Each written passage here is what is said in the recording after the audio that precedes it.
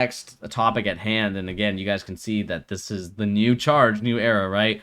We're going to talk about this Jalyen Brown story that I found very interesting.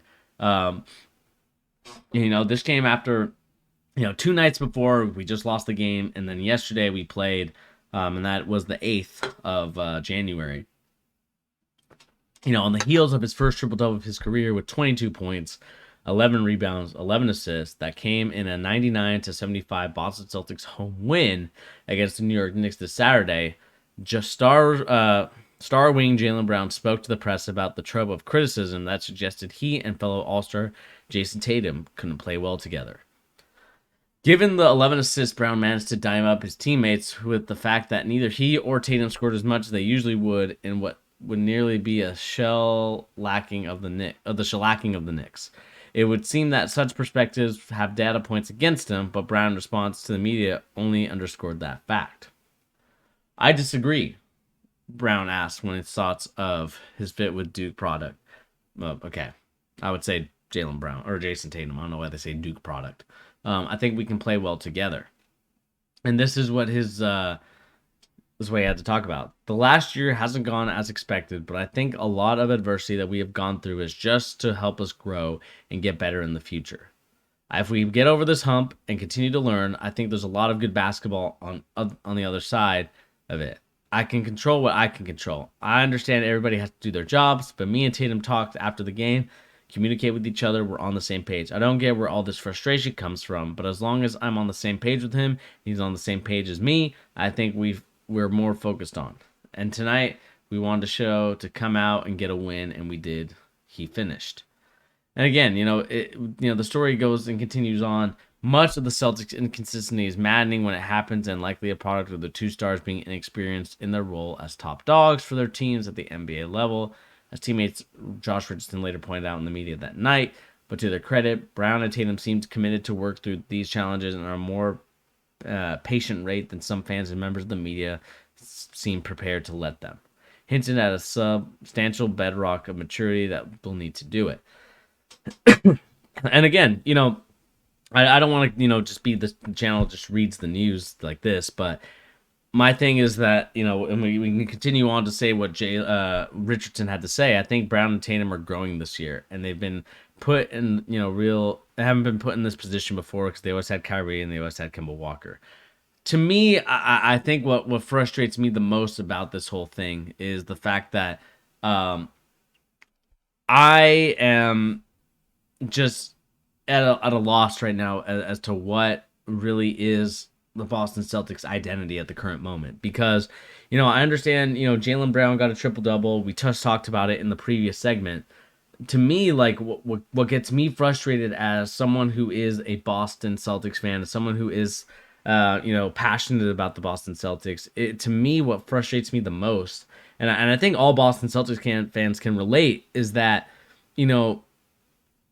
I think we just don't have the veteran leadership that we once did. I understand, like Richardson was talking about, we had Kyrie, we had Kemba Walker, but I think it really does stem from not having a point guard, man. Like, we're really at a loss because there's not, like, a voice out there that's going to be dominant enough to overcome guys like Jalyen Brown and Jason Tatum, who, again, are superstars in their own right. But at the same time, we see the way that we play, we see the way that everything's going on, and it's not one of those things where I'm like excited that we continue to blow these leads. And, the reason why, like, we talk about it, Jalyen Brown, and why we get frustrated and, why people are criticizing this friendship is because we do think that you guys don't really play with each other that well at times. And, as much as I would love for you guys to play well together, I think that stems from just being together in the off season. That stems from, training together and working out together and, just being friends and cordial to one another, because I think that's really what's going to get us over the hump, is more so being in a position where we're just not stuck, I would say, because it continues to be like your turn, my turn basketball in Boston. And to me, like, that's not a successful basketball organization. That's not how we become a successful team. The way we become a successful team is by sharing the ball and moving it in the way that the Warriors do. Like I said, I don't like the Warriors whatsoever. Maybe not don't like them. I used to not like them. I used to be like a huge hater. back when they were battling it out with the Cavaliers, because I really enjoyed, I'm a LeBron fan, and I like the way that LeBron plays, and they play a very certain way that I like. Um, but at the end of the day, when you look back at those teams, and you look even currently with this Warriors team, like they play beautiful basketball, man. It was the same thing with the San Antonio Spurs. The ball movement, the way that things are going, the way that they shoot the 3-pointer, the way that they hunt their shots, the way that they set up their shots. Like there's a lot of, I would say, I'm trying to think of the right word. It should be okay. Like it should be like I honestly just lost my train of thought because, like I said, I just get frustrated because we really should be much better. And these two guys need to step up, man. Like it's one of those things that I look at it. It's one of those things that you have to continue to monitor and just think to yourself, why do we blow these leads? Why is there such an issue? And to me, like the reason why we just continue to blow these leads, the reason why we continue to not be so dominant, the reason why we continue to not, you know, and I would say like be excited, the way that the Warriors played, like I was talking about. Now I remember, like the Warriors play beautiful basketball, the Spurs play beautiful basketball, and it's not just that Steph Curry gets all the shots and he does get all the shine and glamour, but the role players, like guys like Danny Green, are getting great opportunities. Guys like Toscano, guys like Wiseman, that were projected to be these number one overall picks, superstar player, in the making, right? Or people were thinking that they could be that. Like, I think what it comes down to me is, I think Jalyen Brown and Jason Tatum need to start working out in the offseason and start playing with the guys that they have. Like, I understand like these aren't your guys. I understand that these aren't the players that you would love to play with and be teammates with. But at the end of the day, I think you just have to deal with what you got, and kind of just realize that this is, oops, didn't mean to play with that too much. These are the guys that you're with. This is the guys that you're gonna have to, I would say, work with, and you're just gonna have to work with it, especially if you guys are the number one and number two option in on your own team. Like, I think we need these guys to be more playmakers and not saying that they need to like have assists, and assists are the only way to know if these guys are playmaking, but we need to really move the ball, and I think we need to change the style. Udoka has been on the San Antonio Spurs roster before. He understands the Spurs system, and I think you got to bring the Spurs system to Boston, because I understand, Tatum wants to play like Kobe Bryant, but the problem is that Jason Tatum doesn't hit the same amount of shots as Kobe Bryant does. And even if he does, I would say this is a over inflated, I would say, offensive league with the way that the defensive rules are set up. I know they're changing some of them, so it's not as egregious, and there's not it's not a free throw contest, but at the same time, you're seeing this sort of situation at hand, and I think Jason Tatum needs to tamper his expectations of being Kobe Bryant. He needs to tamper his expectations of becoming this sort of, Kobe Bryant-esque figure. And he just needs to play his game. And I just think that if he can learn to play his game and keep his guys involved, I think that we could actually look at a very promising team. But instead, again, it continues to be, I would say, a frustrating situation to watch and monitor, and to really just look back and think, like, what's going on? And again, I don't want to look back in 10 years and say, wow, the Boston Celtics really blew an opportunity to win a championship, but it's already happening, man. And I know that this is more so a topic about Jalyen Brown, hits back at the critics of his friendship with Tatum.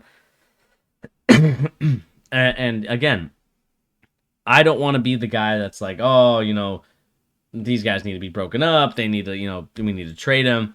But at the same time, we need to start looking at what's going to help our team win, what's going to help our team move forward in the process. Because, again, there's a lot of great young talent coming through the league right now, and if we miss our opportunity to get one of those guys, and again, it might be the same thing. We're in the same position with those guys instead of, Jalyen Brown, Jason Tatum, when we continue the cycle.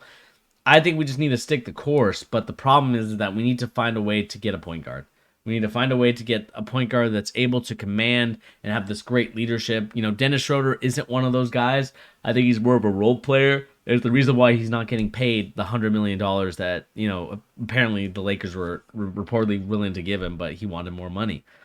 You know, I think that there just needs to be a sort of realization from everybody that's involved right now with the Boston Celtics that we need to start playing a lot better. And again, I think Brad Stevens needs to step up in that aspect and get ourselves some great players, because to me, or not even great players, we just need to get this team to gel together. You know, I know Grant Williams is shooting a lot better from 3-point land, and you know, he's definitely improved, but I don't think it's enough to really warrant like a big contract with him and to re-sign him for a big contract. I think we're stuck with the situation that we're in right now. We have a lot of young guys that, you know, are kind of the same age and their contracts are coming up, and, you know, we might lose some guys in free agency. But if we can get rid of some big contracts like Horford's big contract and, you know, not really sign Grant Williams to, I would say, like a huge long-term extension, if we can sign him to a decent amount of money, I would be okay with it. But knowing what's going on, I just think it's going to be hard for that to happen. But again, I would love to see the Celtics make a trade or do something to really freshen up this team, because we need a leader. And, you know, we talked about in the previous segment, I want someone that's a strong, willful point guard that gets his guys involved. And like I said in the previous segment, if you guys watched the video afterwards, or if you guys are, you know, tuning into the live stream, all the top teams that you're seeing here all have point guards. They all have point guards that step up and, you know, are willing to, you know, take the fall, take the blame. You know, Chris Paul in Phoenix is doing, you know, tremendous wonders right now. You know, Steph Curry, you know, maybe not his best shooting night, or shooting, I would say, year, but still a top point guard.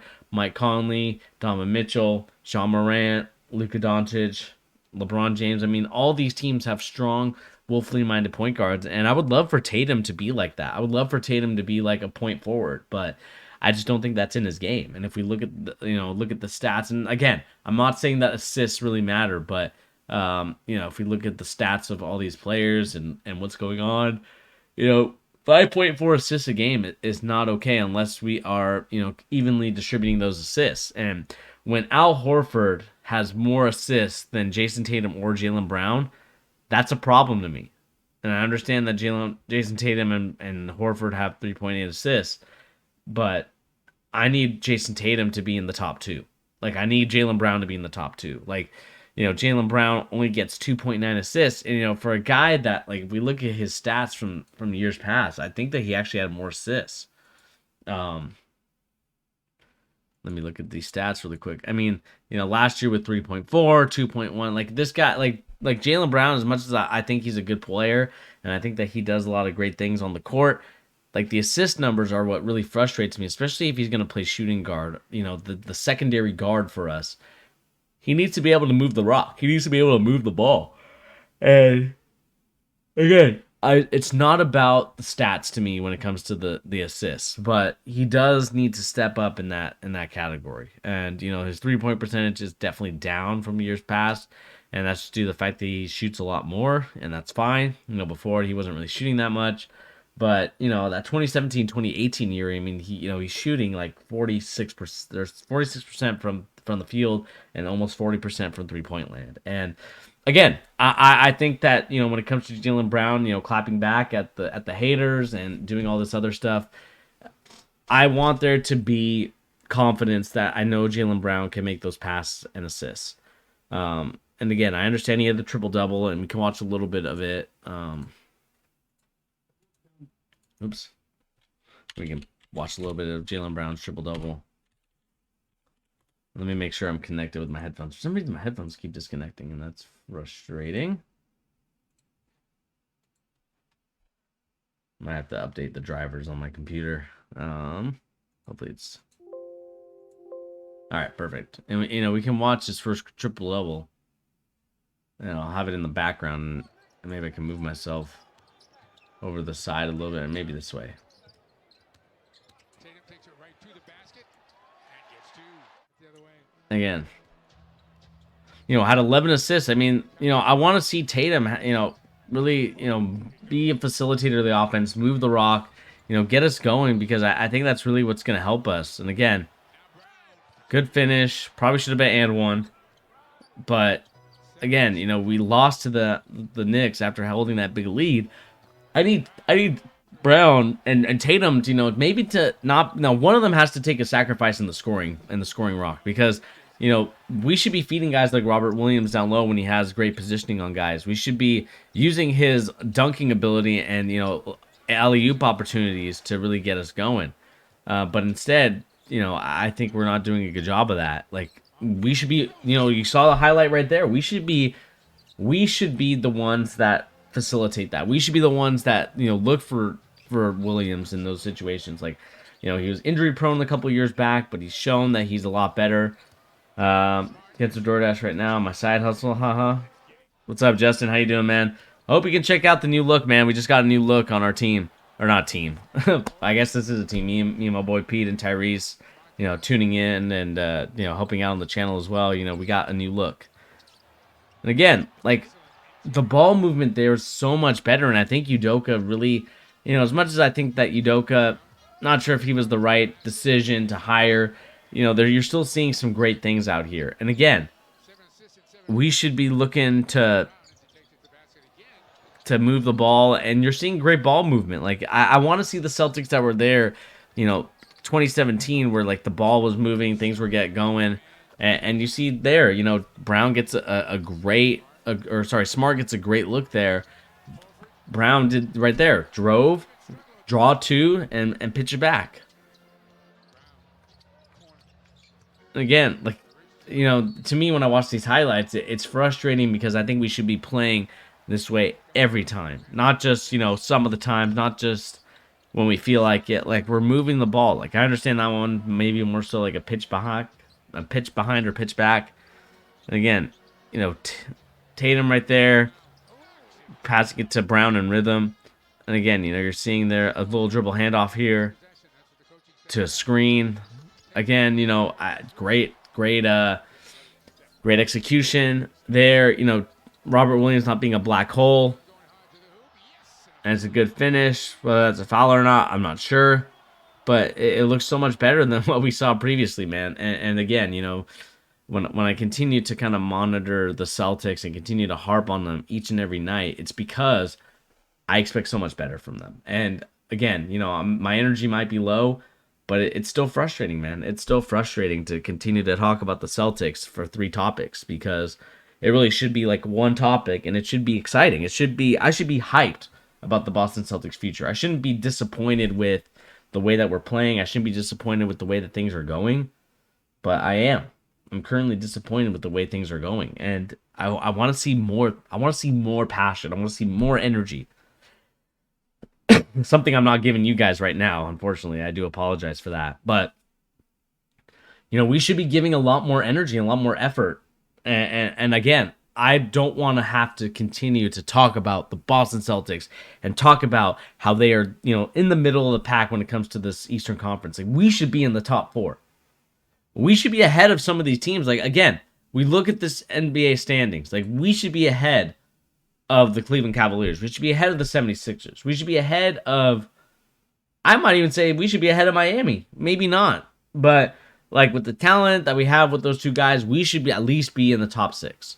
But instead, we're continuing to fight for our lives. We're continuing to fight to make it to the play-in game. Like, the fact that we are in the play-in game right now at this current point of the season is a shame. It's a damn shame that we are in this moment. But again, I do want the Celtics to understand that we need to start stepping up. We need to start being a team that cares about the little things, to care about passing the ball, to care about, moving the ball like I saw against the New York Knicks this last game. And if we're not willing to do that, then I think that we need to start looking at ourselves in the mirror and think, okay, what trades can we make? Or what moves can we make?